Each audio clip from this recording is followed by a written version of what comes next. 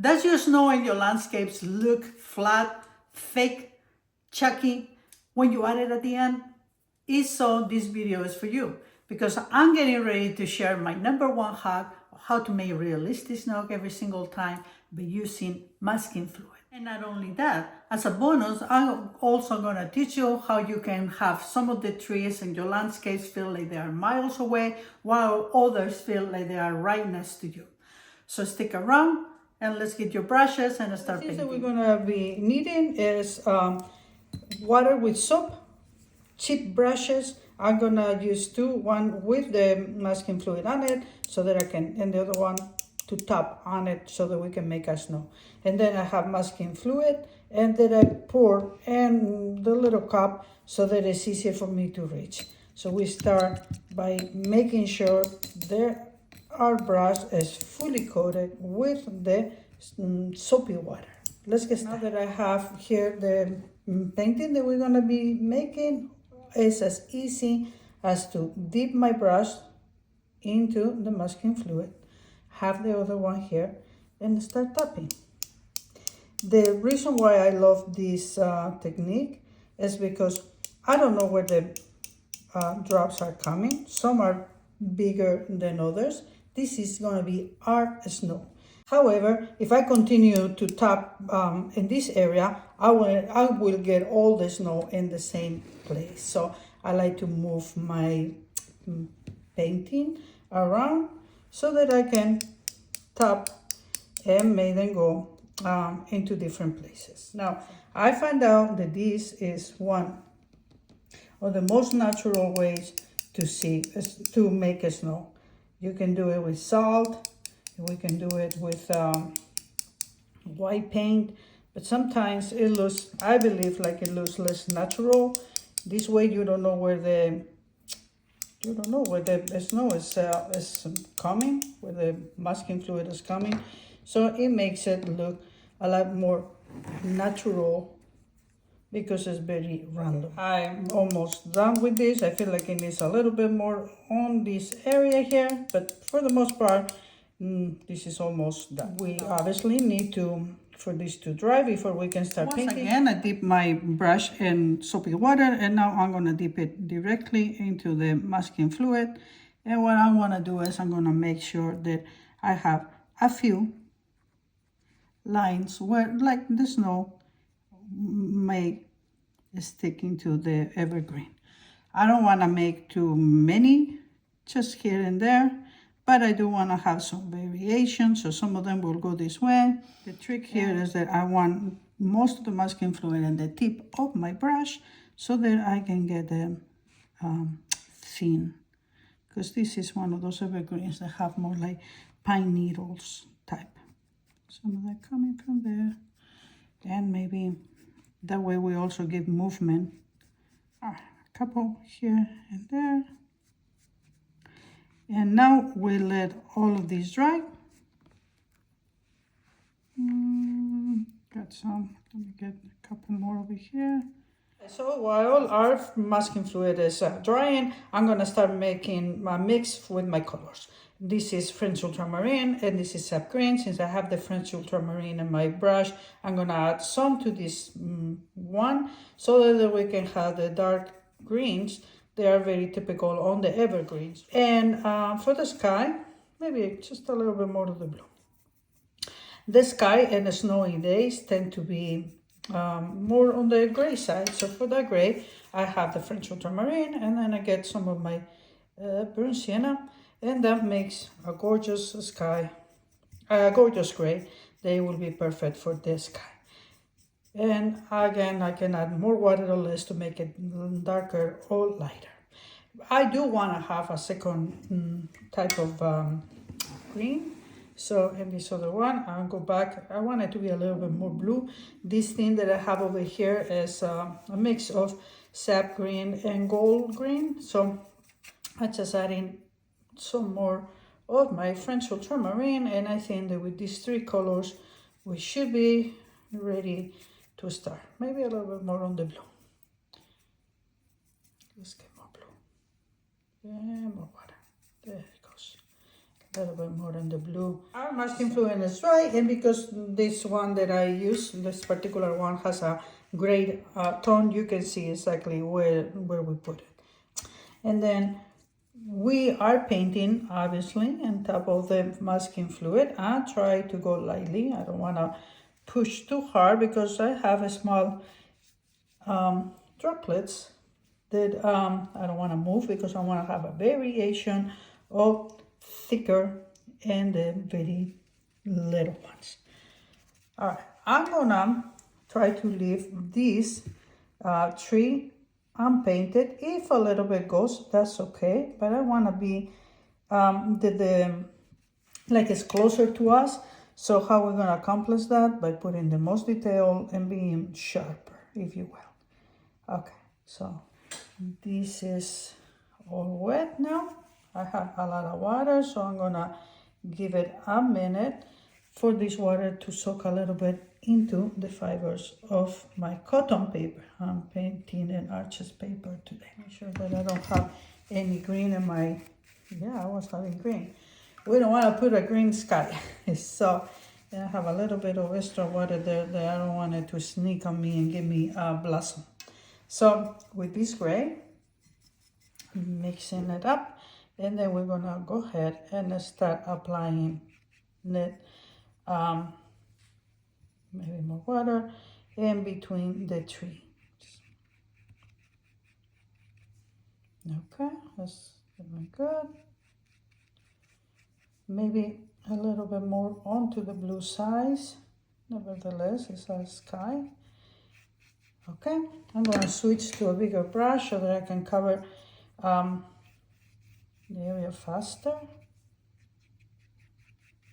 And I don't care if it goes a little bit on the tips of where it's going to be my trees, but I also promise you that I will show you how to apply the distant trees. So we want to try to keep this part over here and the middle like lighter. By that, I'm going over and I'm pushing my color more to the top. And then we have the sky over here. I'm going to allow this to dry slightly with a little bit of the French ultramarine, a little bit more blue in some areas, but I continue to let that be more on the gray. What I'm going to do now is I'm going to pick my the mix with this mix of greens that they were a little bit more on the blue sides.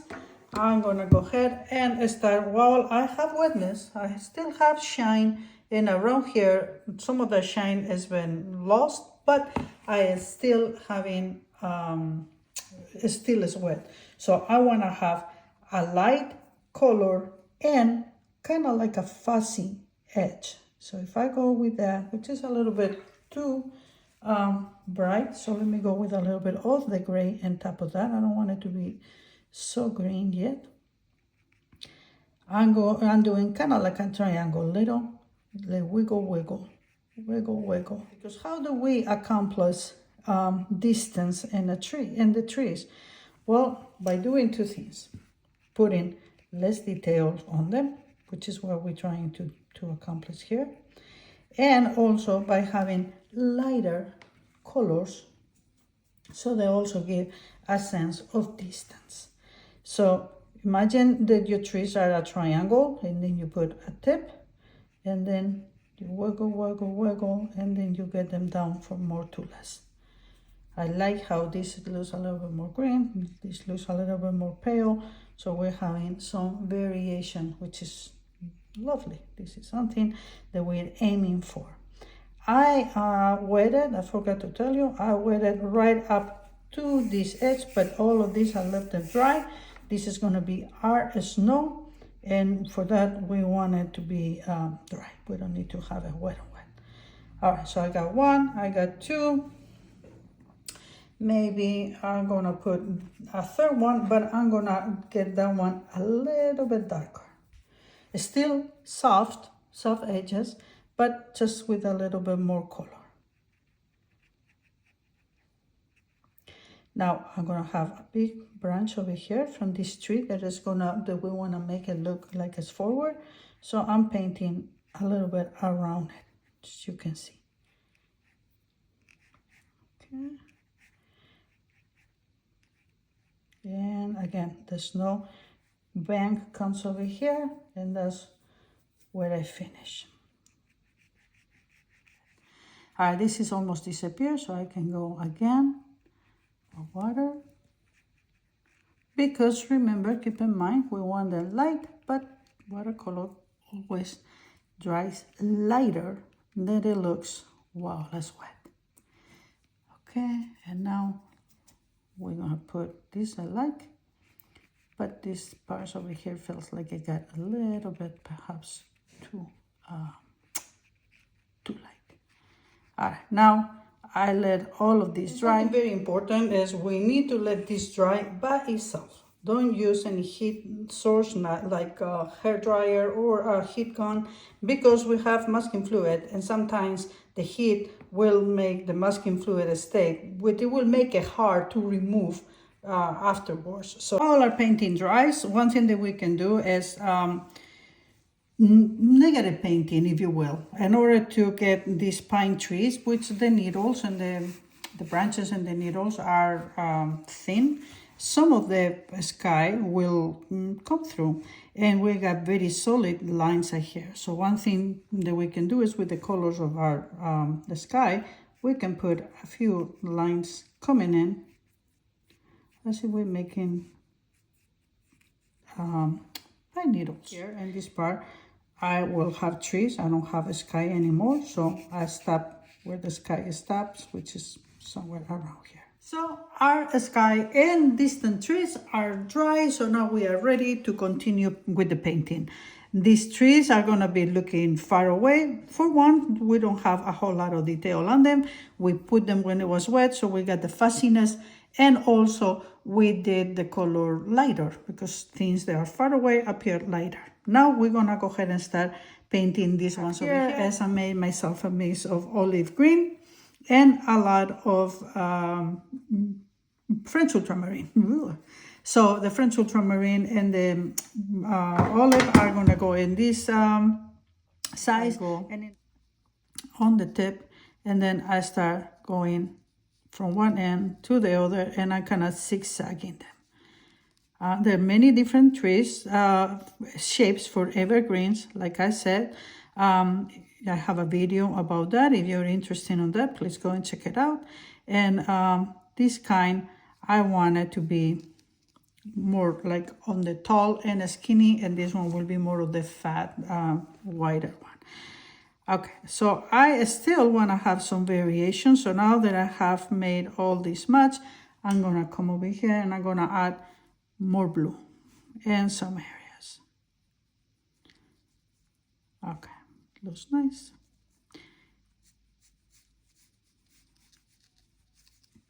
Go back to our greens. And you see what I'm doing? I'm coming like in one direction, I'm going on another direction, coming back again. And again, now I'm gonna stop.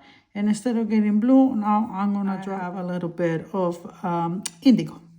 All right, so I'm continue to build. Let's get darker as I get closer.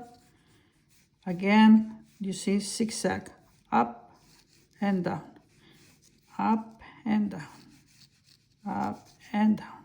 Okay, once again, let's get some of that indigo and drop. Trees, evergreen trees, they this will be a trunk right here in the middle. So as you get closer to the middle, they will have more of the branches, so they will be thicker.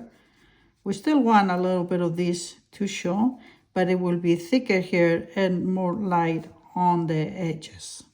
I hope that makes sense. Did I explain myself well? I hope so.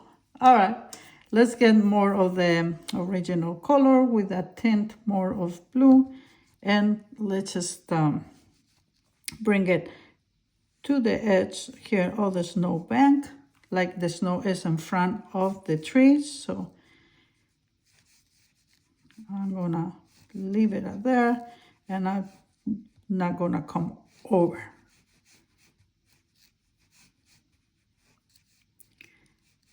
Okay, we have, well, let's just get a little bit of that indigo and some of these parts too. But we have our first tree done. As you can see, it's very easy. You just get into a rhythm from up to down, crossing, crossing, crossing, crossing. And that's all it is to it, you know, having the tips lighter, and this part over here, I really want it to be a little darker. Pine needles go. We usually get one big branch, and we're gonna make it like the tree obviously is here, but this type of cutting it is a very pleasant to the eye kind of composition. So I'm going with that one, and then we're gonna start bringing like, oops, a little bit less liquid on it. We do some of the pine needles. This is one way that you can do it. Another way that you can do it, which is my preference, let's just put a few. They are thin, because I'm trying to go, I put a few, I don't know if you remember, masking fluid to allow to look like some of the snow is also staying on these pine needles, which that's the way that usually will go. So I prefer to go like this with the tip of my thin brush, my number 2, go a little bit, do this part, go in different directions, some up, some down. I'm trying to match as best as possible wherever I put the masking fluid, but it doesn't have to be perfect, because then we will go nuts, crazy. So as I go like this, I got a few made, and now I'm gonna go with the bigger brush, and then I fill in this part, because as we established before, as the trees get closer to the branches, I guess thicker, they have less holes, if you will.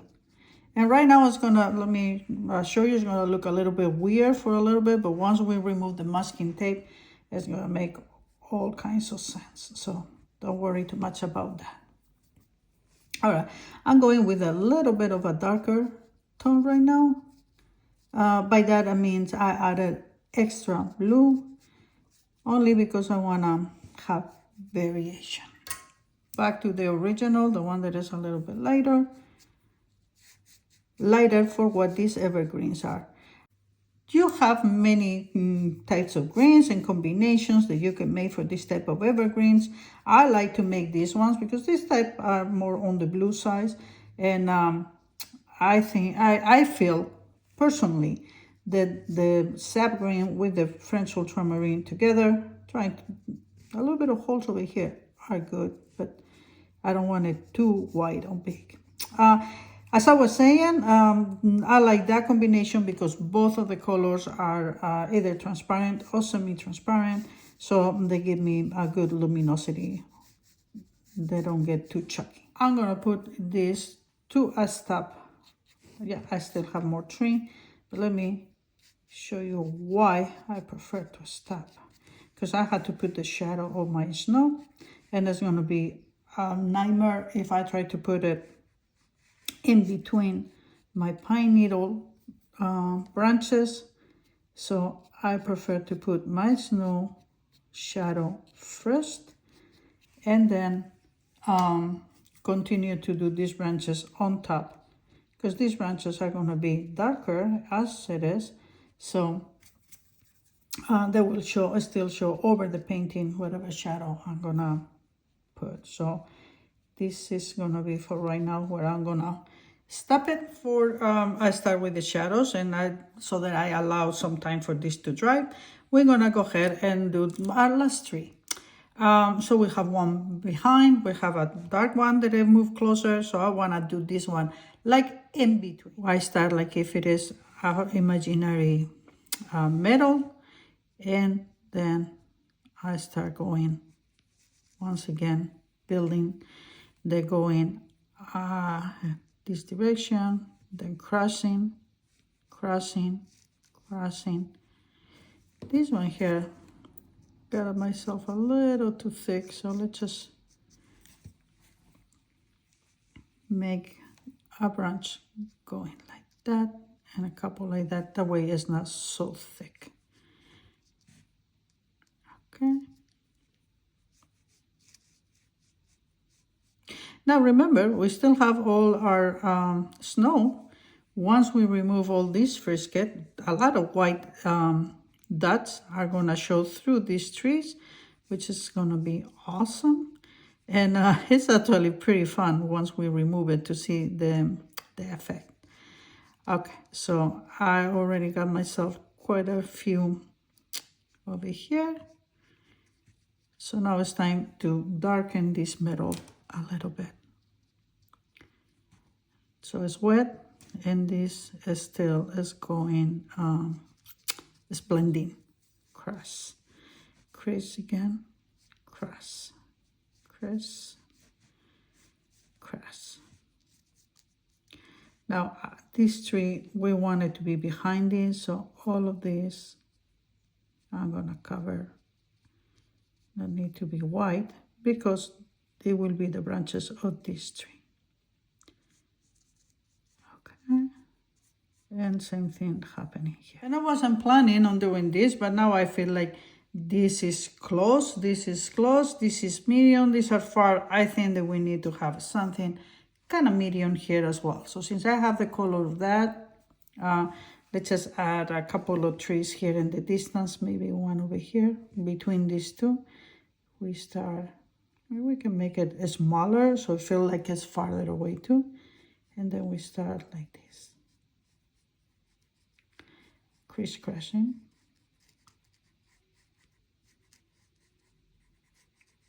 And from, like if we're making a triangle, from the top it being thinner, and as we get lower, it gets wider. We're gonna make a stop on the snowbank, and over here it will go a little bit wider. Again, the centers are a little bit darker, so top, top, top, and also with the darker color a little bit under some of these branches, which also tends to be a little bit darker. The under, and I think that we should put, say, another one right here. Comes over there, and once again, lower than that. I don't want it to be even. Need more color. Closer up here with a tiny one. Let's see if my paint lasts. I think it will. All right, so recapping a little bit, we want them with less definition. It makes them look farther away. Also, less strong color brings them also a little bit closer, but it's still far, and the darkest one of all are the ones who come close. As that little tree dries, I'm gonna start making myself a mix for the shadows on the snow. French ultramarine with some of these grays that I was having, because they're still a little bit gray, but in this case I want to bring a tiny hint of red, only a little bit, because I want to make it like if it is slightly purplish. Let's see. Can you see it? I hope it shows. It's not a gray, but now it's a red with a hint of like warm it up with a hint of reds. Make it go like if it is a little bit, and going from more to less. And go with water so that we have one branch. Then we're gonna have another branch here and another shadow. And again, I go right away with water because we want impressions, but we don't want it to look completely like it is another branch out there. And finally, we come with this color, dilute it, like if it is the snowbank, going from more to flatter. Beautiful. And then this other side, let's just say these trees are in the back, so let's just put more of the shadow here. And a little bit there. Okay. Now, the snow is pretty white, so now we just go with no hard edges, so that's why I'm going with water. A little bit of the hard edges here because of the shadows, but we want this to be light. I want this to be a little bit lighter, or I can go and darken this edge a little. All we have to do now is go with our darker greens, and let's start making, this is dry, let's just start making some of these pine needles, big bottom leaves. So I start with making one big line, and then out of this one we get a little more. Okay, and if it will go over there, it will come in this other direction as well. So some will be up, some will be another branch that they will have little tiny things here, and another one will come out from here.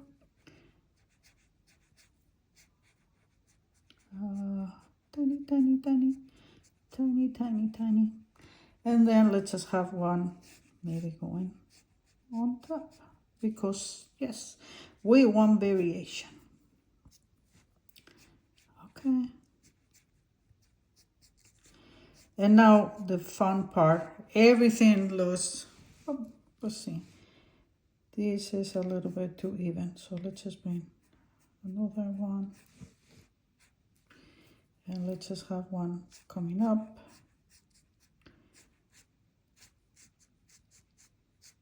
And let's just have one coming up this way too.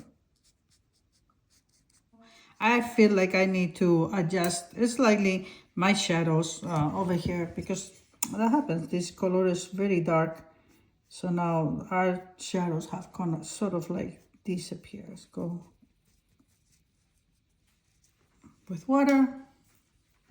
And our landscape, beautiful wintry landscape is done. This is so, as you can see, fast and easy to do once you get the shape of the trees, which again, I have a video that you can practice if you want to review. It's just a matter of applying your Frisket, which you saw that it was tap, tap, tap. It was pretty easy. And then control the colors of your trees. Some had to be darker, and of course, the farther away, the lighter that you want them to be. All right, I think that this looks a lot better. Maybe this part over here needs to be all dark, because the tree will continue to go there, and the trunk, etc. So, all right. And now I'll wait for this to dry. Our trees feel really, really dry, which is what we need to, because if it's a little wet, when we start removing the Frisket, we will mess it up, you know, make it all, move some of that paint. So you need to make sure that it's completely dry. And now you can either use your finger. For this small area, I can use the finger. Very satisfying to see it come to life. Again, you could have put more or less. Also, it looks like, because of my sky was lighter, if I were to make it like a night sky, it would look different. I mean, the snow will show up more, but I feel like we have a good amount. Now, let me throw all this into the garbage, and let me show you one last thing that we had to do for this snow to look realistic. Just like that, as snow is here, our sky is kind of light, but you can still see the snow, and then in the darker areas, the snow is more noticeable. That's how it happens in nature. However, these ones are a little sharp, so what we're gonna do now is we're gonna make sure that they look more realistic. All we have to do is go with a little bit of our darker colors, and they'll go next to some of these branches, so that it makes it look more realistic. But you don't have to do it. If you like it the way it was, then leave it the way it is. I just showing you another way that it can be done. So it looks like the snow is actually resting on these branches. Like this one, for example, is a little too sharp. So let's just make it a little bit thinner. And then let's mark this one like if it is another one. Seems like it's too thick. Although snow will lay thick on them. A couple more, because another important thing is to know when to stop. But I hope that you learn something new. And as you can see, it is a very, very beginner-friendly way to do snow and to end up with a beautiful, let's do a little bit darker here, a very beautiful wintry landscape that is easy to hang or even to turn into a car, whatever you want. If you're looking for more wintry projects, take a look at this video or at my playlist where I have a bunch of projects where you can continue to develop your skills. I'll see you next time.